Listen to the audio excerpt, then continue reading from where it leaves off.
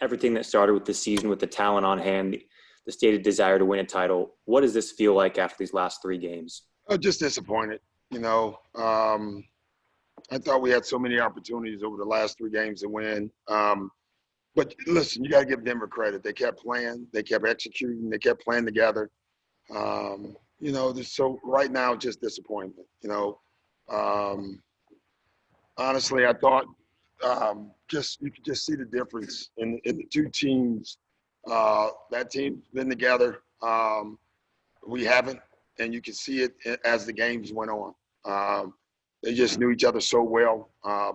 I thought offensively, even though I mean, listen, we had great shots. Great shots all night. I still didn't think we trusted. We did at the beginning of the game. We did coming out of the 3rd quarter. We got a 7-point lead. But right when they put pressure on us, honestly, I just thought we didn't come through. Thanks, Doc. We'll go to Ohm. Hey, Doc. This team never was able to reach its full potential. How good did you think this team could have been? And did the expectations, were they ever too heavy for this team? No, we didn't meet them. That's the bottom line. I'm the coach, and I'll take any blame for it. But we didn't meet our expectations, clearly. Because we had, in my opinion, we'd still be playing. We'll take a question from the bubble with Dan. Game 7s, a lot of times are what the stars are supposed to.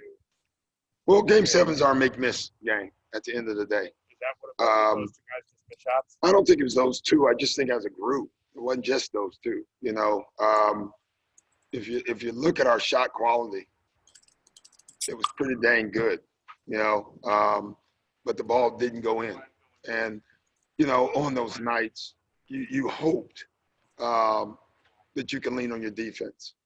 And I just didn't think, even though numbers say we were a good defensive team, I just didn't think we ever realized that part of our game at all. We'll stay down there and take one from Mark Spears. Sitting there in the 4th quarter, you can't go out there and play. You're going to stay so much. What were your emotions watching? It was hard, man, because I got a good group of guys, Mark. I really do. And, man, we got – if you just look at the shots, we were getting point blank looks, but it didn't go in, and then they kept playing. But they went, difference, honestly, Mark, they went through stretches like that too. They just kept playing. I thought, especially in the 4th quarter, I just thought, we start missing shots, and you can see us trusting less and less and less. Obviously I could have done something more. I always think it's me. No matter what. I don't care what we had. I'll look at this and try to figure it out.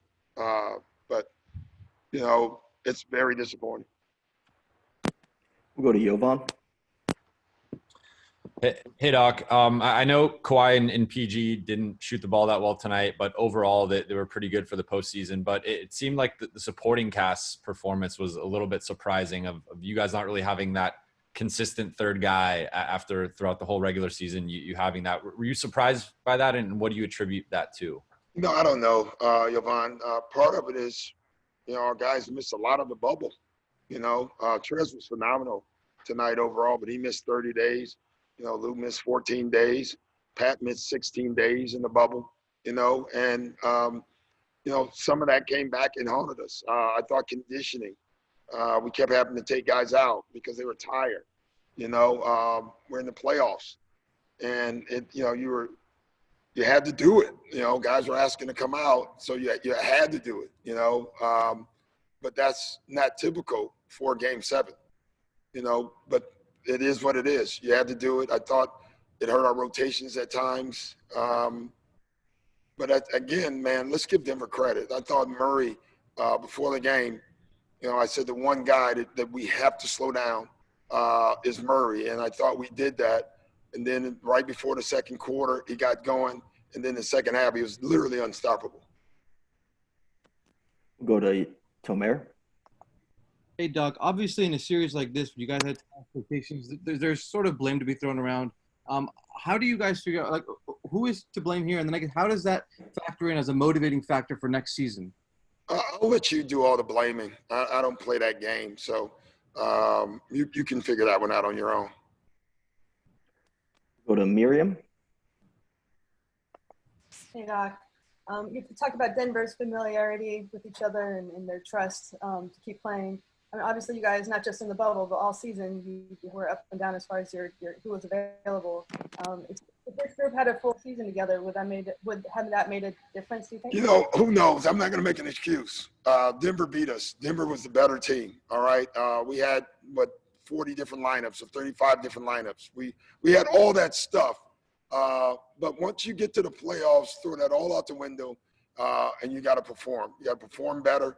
You got to execute better. You got to trust better. You got to play better as a team.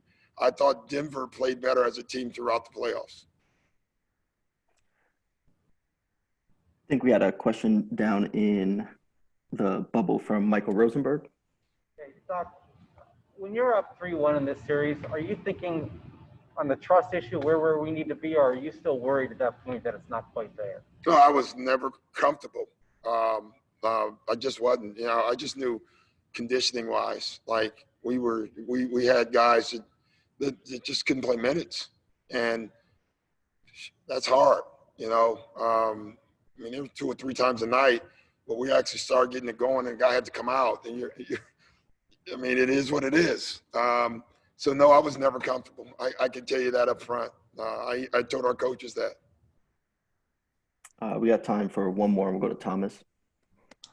Hey, Doc. I've kind of heard you, kind of speak this year, just kind of about guys' mentality. And I've also heard you in the first round, you call guys emotionally weak. But I heard your sentiment change over the past, 3 games, and I didn't kind of hear that same tone. Do you feel as though the, kind of not just the pressure, but also kind of, all of the extra surroundings that are going on with that environment got to the guys in the no, it didn't get to Denver. So, I don't listen. Yeah, I just think Denver beat us, all around. And so for me right now, I'm in the place of giving Denver more credit. And you guys can figure out where all the blame goes and all that, but I'm just going to give Denver credit. I thought Mike did a phenomenal job. Jokic was literally unstoppable for most of the series. Mm-hmm. I mean, tonight, when you look at his scoring numbers, you don't see it, but then you see the passing and the rebounds.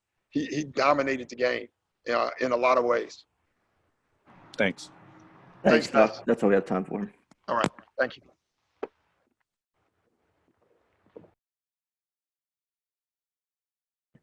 Hey, Lou, we'll jump right in and get started with Cameron. Go ahead, Cameron. Oh, give him 1 minute, Cameron. Go ahead, bro. Hey, Lou. Tough loss, man. How much do you think the lack of continuity throughout the season impacted the team to this point? Doc was mentioning that Denver had kind of been together for years and they kind of knew what each other was going to do. How do you feel about that with the Clipper team that just was tough getting continuity through the whole regular season and then obviously through the playoffs? Yeah, we knew that. We understood this was going to take some time. I think a lot of the issues that we ran into, talent bailed us out. Chemistry didn't, and this series it failed us. And so this is our first year together. We're a highly talented group, and we came up short. Chemistry is something that you got to build. You build it over time. I thought we were moving in the right direction at the end of the year before the COVID thing happened, and coming in after the break, and you take some time off, and then you try to get it back, and you kind of got a shotgun season, and we just had so many different things, So continuity is very important. So we'll be right back. Thanks. We'll go to Jovan. Hey, Lou. Doc just mentioned that he felt like multiple guys missing time outside the bubble really affected the continuity and conditioning. I think at one point you guys had 6 or 7 guys out. How much of that was a factor, and how much do you think – he said guys were tired in Game 7 asking to come out and stuff like that. Yeah, we were just trying to play hard as we could. I don't know if it was an in-shape thing. At this point we've been here, over 2 months. We had an opportunity to get ourselves in a position to be in shape. I know I played harder today than I've had in the past on both ends of the floor and just trying to make things happen. And so, you don't know. You can pinpoint a lot of things. The fact is we came up short, and we got to live with it. You know, we take our lick and keep moving. We'll go to Ohm. Lou, I apologize if this was asked earlier, but when you look back on this season, you guys came in with title expectations. How will you view this season? And also, what did you think of your first season with Paul and Kawhi? We came up short. You know, we came up short. Just briefly, we had a conversation already amongst the guys that, you know, we got a quick turnaround. We understand this is going to be a quick off season. Let's get back to work and let's continue to build. You know, we did have championship expectations. We had the talent to do it. I don't think we had the chemistry to do it in this show. You know, we had lapses on defense and on offense where, you know, I think guys are played in systems where they were expecting guys to be in certain spots offensively.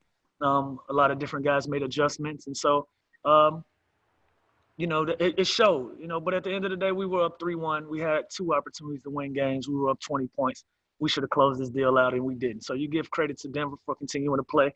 And like I said, we take our lumps and we keep moving. Go to Miriam. Hey, Lou, man. You mentioned it sort of already that you guys had a quick conversation. But my question is kind of like, what do you guys do from here? Like, where do you go in the next few weeks as you look ahead? Take a break. Take a break. You know, this bubble is taxing. I'm sure you've heard that from other guys that's left already. It's taxing. It was a complete compromise. I hadn't seen my 2 daughters in 68 days. I know the exact amount of time that I hadn't seen them. And so when you deal with that type of stuff and just being in a controlled environment, you're thankful that you're safe, but, you know, it can be taxing on you. And so things happen. So, you know, we'll leave here, take a break, get an opportunity to just digress, get outside of ourselves and just relax, and then you get back to work. We have time for a couple more. We'll go to Andrew. Hey, Lou. I remember on media day, there was so much talk about you guys getting to the gym really early, late in the summer to kind of build that chemistry. I know that the COVID break was unusual and the bubble is very unusual, but what kind of kept that chemistry from being able to reach its potential this year? You just you got a lot of parts. You know, you go from, you know, last year we were the team that wasn't expected to make the playoffs, and to, you know, going to being a championship caliber team when you bring in 2 high level guys. That's an adjustment. You know, I think Trez and I, we had to adjust our games. I think Pat had to adjust his game. I think everybody had to sacrifice and put themselves in a different position, you know, and that type of thing takes time, especially when you're doing it for years at a time. For Kawhi, he just won a championship with a completely different group of guys to come here. Paul was in a different situation. There was so many different moving parts, you know, so just working out in the gym, it doesn't happen. It takes time. And so, you know, we got to deal with that. We got to live with it and move on. Take one last one from Tomer. Hey, Lou, I'm just curious, how does this serve as a motivating factor heading into next season, knowing that the expectations for the season were really high and you guys failed to meet them? Yeah, we're pissed off. Simple and plain. We're pissed off. We were up 3-1. We had 2 opportunities to win this series, and we didn't. We didn't close it out. So we're pissed off. We look forward to the opportunity to get back on the floor together. Is it more pissed off at yourselves? Yeah, you can say that, of course. But you got to give them credit as well. I mean, Jamal Murray, these last 2 series, he's played out of his mind, and you give a guy credit. He put that team on his back. Joker put that team on his back, and those guys put themselves in a position to win. Thanks. Thanks, Lou.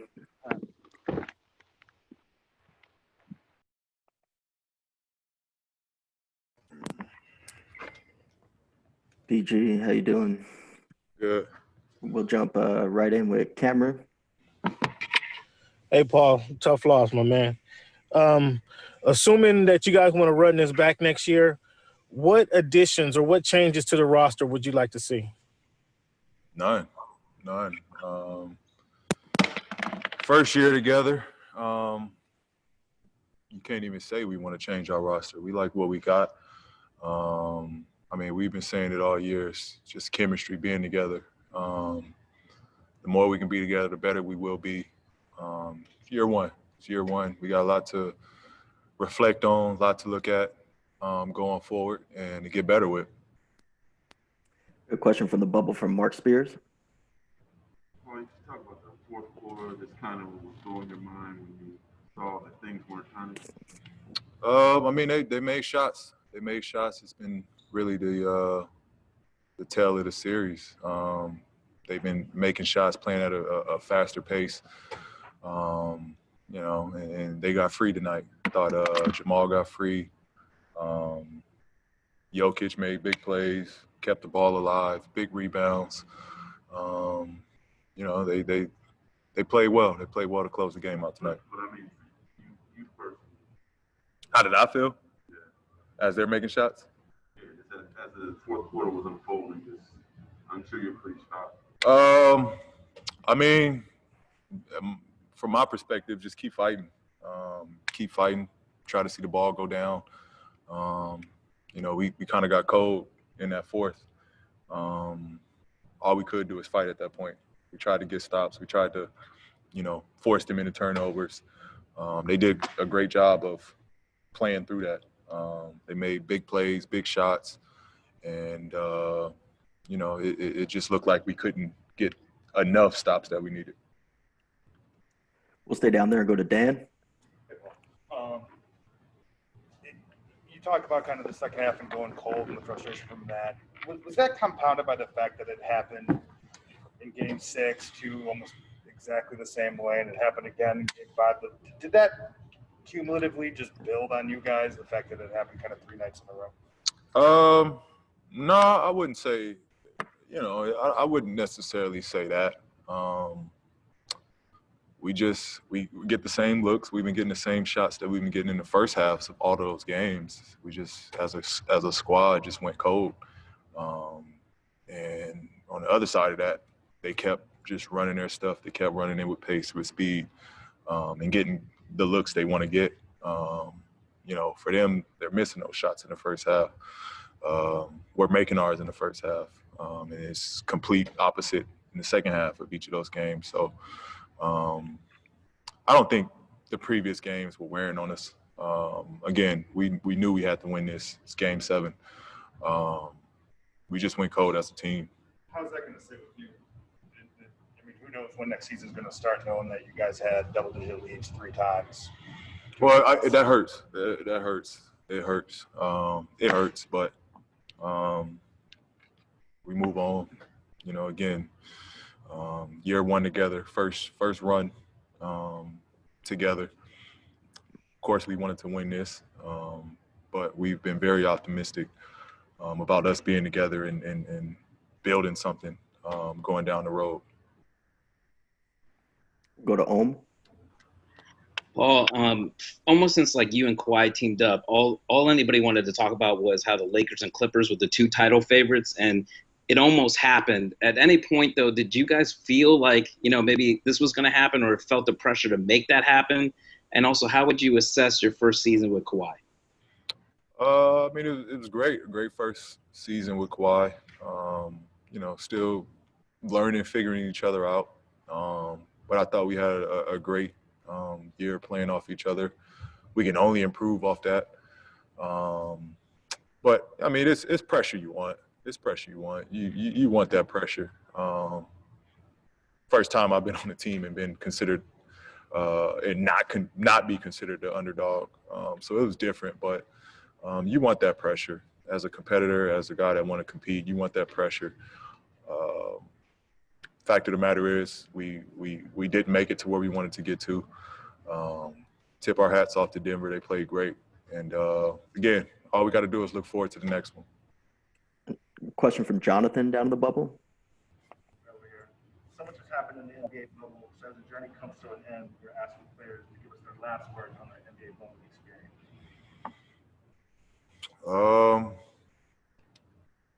Not really sure. Next question. We'll go to Miriam. Hey, Paul.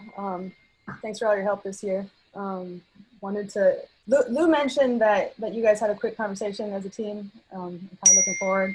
Can you talk about that? Like, what do you guys tell each other after this experience? After the game? Yeah. I mean, we just, you know, stayed positive about it. You know, we stayed positive about it. Again, we tipped our hats off to the opponents. They played good down the stretch, but it hurt as a group.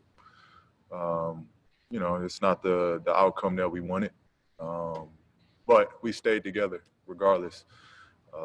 We talked it out. We stayed together in the locker room, and again, we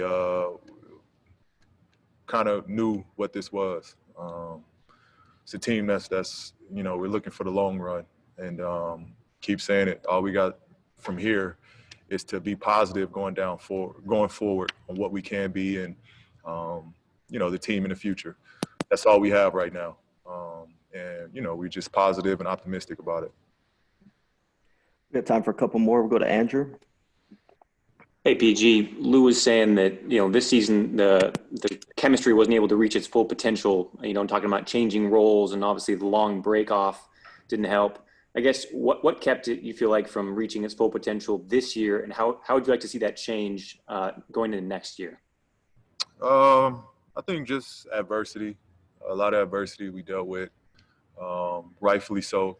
Guys had to, go home for, rightful reasons, and we just missed a lot of time being together with injuries in the regular season and inside the bubble. So we didn't get much time to be together. This was the longest stretch I think that we have played together, but it just wasn't enough. And, I think in this series it showed. Denver's a team that been playing together for a long time. When things got rough, when they needed this or needed that, they just know each other. They've been on the string for so long, and I think it showed. And we'll take one final question from Gary down at the bubble. Ever since that July 9th that Kawhi signed and then Clippers traded for you, it's been championship talk.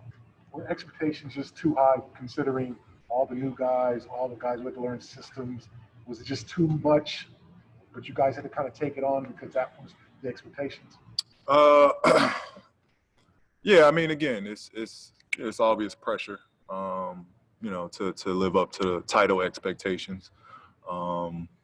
But as a player, I mean, you want that. Like, you want that.